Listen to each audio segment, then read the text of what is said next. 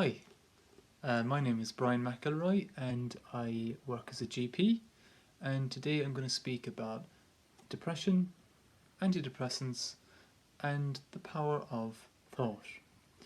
I am a contributing author to a book by the name of Inside Out, Outside In, Transforming Mental Health Practices, and as a GP my special interest is in mental health.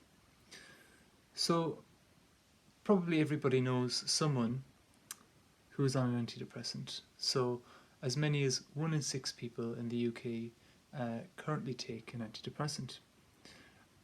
So obviously these medications must bring about benefit, at least for some people, some of the time. So what I want to go through today is, well, what percentage of people do benefit from antidepressants, and how do antidepressants actually produce beneficial effects? So, about 2/3 of people supposedly respond to antidepressants who are depressed. So, in very, very large studies, so something called meta-analysis, where you group the results of different studies together. So there was a very large meta-analysis carried out in 2018, and this was a study with over 100,000 people. It was a huge study. It compiled data from a number of studies over the last 10 to 20 years and put together the results. Now, what they showed is that antidepressants were slightly better than placebo. Because they had a very large number of people studied, they could say this with quite a lot of certainty.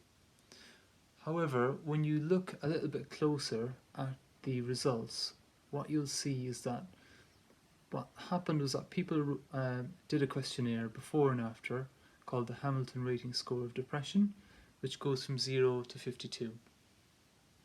So the more depressed you are, the closer to 52 you are. So what was the difference between the people who took antidepressants and the people who took placebo? So on average, the people who took antidepressants, reduced their score by an average of about 10 points. So for example, if someone started off with a score of 30 points, they reduced to approximately 20 points, which is a very meaningful result. However, the people who were on the placebo side of these trials, their results reduced by 8 points. So basically, the outcomes between drugs and placebos were 88% similar, which is, in my view, quite remarkable. So that would suggest that the main way in which antidepressant medications produce beneficial effects is through what we call the placebo effect. So what is the placebo effect? So the placebo effect is where the mind, through positive suggestion, brings about improvements to health and well-being. So, one other point is that the small difference between the drug and the placebo could be explained by what's known as an enhanced placebo effect. So, if you're in a clinical trial, as a participant, most participants who take the drug will have other physiological changes. So for example, if you take in what's called an SSRI, typically you'll get a disturbed gastrointestinal system. So you might have some loose stool, you might feel a little bit nauseous, and you might feel some of the psychoactive properties of the medication. So you might feel that that the medication is somewhat taking the edge off some of your harsher emotions. the placebo group won't have those drug-induced effects. So it's often thought that this is a confounding factor in these kind of trials. So basically, the participants can become what's called unblinded. So rather than not knowing whether they're on drug or placebo, they can often actually have a fair idea whether they're on a placebo medication or on a drug, an actual antidepressant drug, what we call an antidepressant drug. So that may be one factor that explains the small difference between the drug having an extra little bit of benefit over placebo. So what does this all point to? What does this all suggest? This is fascinating. 1 in 6 people are on these medications that produce changes in people, beneficial changes, particularly from 6 weeks to about 6 months. Longer term studies, unfortunately, aren't as promising in terms of how helpful these medications are, but in the short term we know that they produce beneficial effects. And from this data, from these results, we know that most of the effect actually comes from the placebo effect, which is essentially a psychological and emotional response to the expectation that I'm taking this medication and it's going to make me feel better.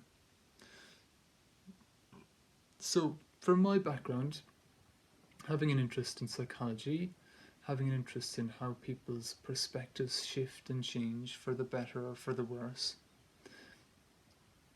this really points out to me the power of thought. It is an amazing demonstration of the power of thought.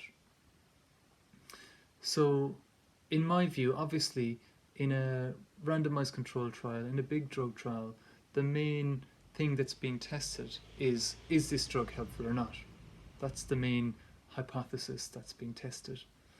However, if you look at this meta-analysis, which I'll put under this video, a link to under this video, you will see that actually, if you think of this more so as a human experiment, almost as a human psychology experiment, what this huge experiment is showing, because you don't get that many experiments with over 100,000 people, it's showing that if people think they're going to benefit, they will benefit. And in my mind, I guess, having an understanding of what's called the 3 principles, which I'll also put a link to under this video, the 3 principles point to the fact that we're always thinking, full stop, and that we're always feeling the effect of our thinking. So if we're thinking predominantly negative thoughts, we're going to feel predominantly negative. If we're thinking predominantly positive thoughts, we're going to feel predominantly positive. This isn't a judgment on positive people or negative people. This is just what's happening below the surface of us all, essentially, day to day, moment to moment. There's also another really interesting thing that I'd like to touch on briefly, and that's called the Nocebo Effect. So more people know about the placebo effect than the Nocebo Effect. So the Nocebo Effect is where the mind, through negative suggestion, basically brings about a negative change in health or well-being. So if I were depressed or anxious, for example, and I continuously think I'm thinking negative or anxious thoughts, such as I'm never going to get better, my life is rubbish, that person is judging me, I don't like my job, I don't like my partner, so all of these things are going to be causing negative feelings. Now, one of the things that I think is going on when someone takes an antidepressant is that the nocebo effect is at least temporarily interrupted. So in cognitive psychology, the father of cognitive behavioral therapy, Aaron T. Beck, described the psychological triad of a depressed person. He described that the depressed person thinks of themselves as worth less, the future as hopeless, and the world as meaningless. So what I think happens in the interaction between a doctor and a patient who is depressed or very anxious, who's prescribed a medication, I think what often happens is that gives that person a sense of hope. So it adds some meaning to their life. They often feel heard by the doctor that they're speaking to, so they feel a validation in terms of their experience. So they feel worth less, so they feel worthwhile a little bit, and the future is no longer as hopeless because they're taking an antidepressant, which is a powerful idea that I'm taking an antidepressant, so therefore this is going to counteract my depression. Now, which is really good in ways, but what if we didn't need to take the antidepressant? What if all this evidence for the last 30 to 40 years, when we've been studying antidepressants, actually points us back to something much more simple, that we're feeling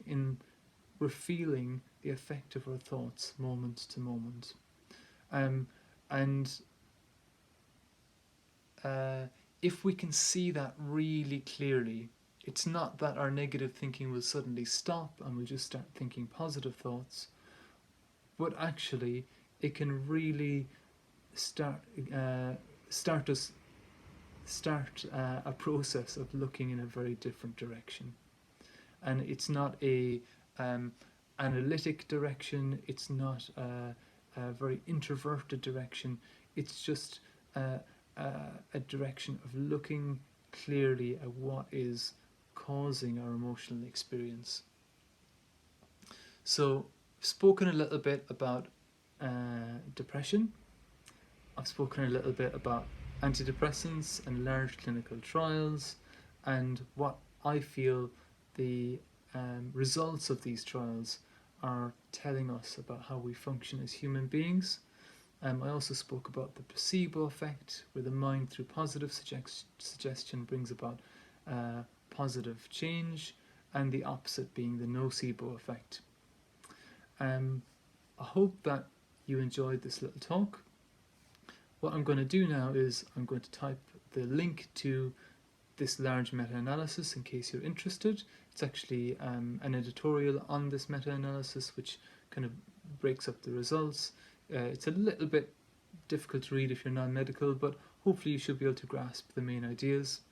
And secondly, I'm going to leave a little link to a 3 Principles website, but you can also find much more about 3 Principles on my website, which I have linked some very easy to digest resources, including podcasts and websites to other 3 Principles practitioners whose material I find very accessible. Thank you.